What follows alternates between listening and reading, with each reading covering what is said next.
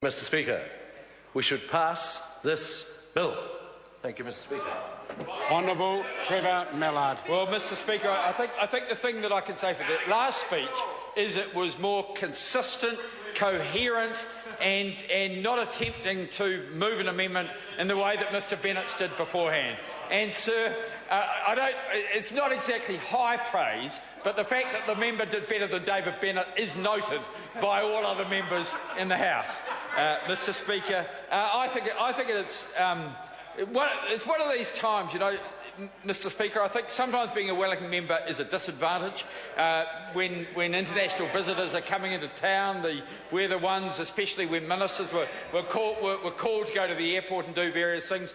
But, sir, being a Wellington member with a very good chance of seeing Piri Wepu playing for the Blues, getting time to get home to Wainuiomata in time to see that after the dinner break is something which makes us 7:35 start. So I think, sir, it is something that is good. And, sir, at least I'll be doing it with the excise rates, the duty on spirits, motor spirits, being at the level it is now. Now I can. Mr. Speaker, there goes Tau Hanari again. He appears to be able to speak or stand, but not both at the same time. He appears to be able to speak or stand, but, sir, he can't take up his role as a Member of Parliament to get on his hind legs and make a speech. Mr. Speaker, he makes a lot of racket. Mr. Speaker, I do want to get back to the bill, and I want to make a comment to the Greens. I want to make a comment to the Greens and say to them that if there had been a decent transport package coming out of this, then the Labour Party would have contemplated supporting it. But, sir, if there was a decent transport package coming out of this, the National Party wouldn't have got their surplus. That's the point. If there had been spending measures on public transport or on cycleways or on railways or on coastal shipping coming from this, Mr. Speaker, then the National Party would have failed to achieve the surplus which they have been trumpeting. So, Mr. Speaker, the Greens in supporting this are part of a rort. I agree with the National Party member opposite, are part of a rort where they are pretending that there is a surplus when in fact we know there is not a surplus at all.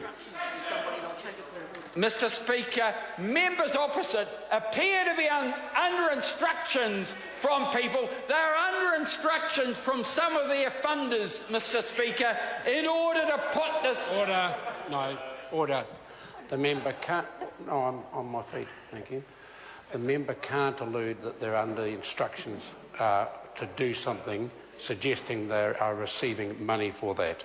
If the member would just tidy up his speech, I'd be... Mr. Speaker, I wasn't suggesting that they're receiving money, sir. Sir, they're puppets on strings without the money, Mr. Speaker. Point of order. I would like to draw the attention to Mr. Ballard that he raised a point of order I would have referred to Geppetto behind the Labour Party some years ago. Order, and Mr. Ballard, I remind you it's the same point. That's not a helpful point of order. Honourable Trevor Mallard. Mr. Speaker, I'm not quite. I think the point of order at the time, as I was going back, referred to the size, the increasing size of the nose of the Prime Minister, if the member was getting that right. And so that is something which is now often reflected in the angle of the collar of the Minister of Finance. Mr. Speaker, every time the Minister of Finance tells a whopper, his collar pops out from underneath his jacket. It's something that we've been noticing over a period of time from this side of the House. And, Mr. Speaker, to say that this money is for roading is a whopper. It is a whopper. It is not going to be spent on roading. If it was going to be spent on roading, that would be budgeted for in the estimates. And it is not budgeted for in the estimates, because if it was budgeted for in the estimates, Mr. Speaker, what would be happening is that the surplus, which the Prime Minister claims is a real one, will disappear. So what is happening? They are collecting money which they know they cannot spend if there is to be a surplus. Now, Mr Speaker, I think third reading is a time that we reflect back on the debate and we reflect back on the contributions or lack of contributions on the part of the members of the members of the National Party. Mr Speaker, there were a number of questions that were asked and answered. Order. Mr Speaker, one of the... Order. The member is a very robust debater, but he doesn't have to put up with that level of interjection. Honourable Trevor Mallard. Thank you for your protection, Mr. Not that I'm commenting on your ruling, of course. I wouldn't comment on your ruling. Thank you for the water.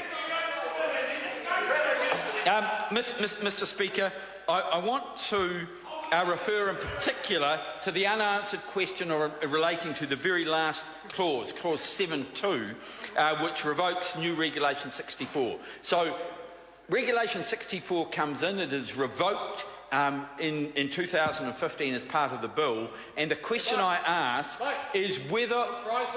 Well, Mike Saban, I'm told, has got a very prized police officer's card that gets him discounts at Kentucky Fried.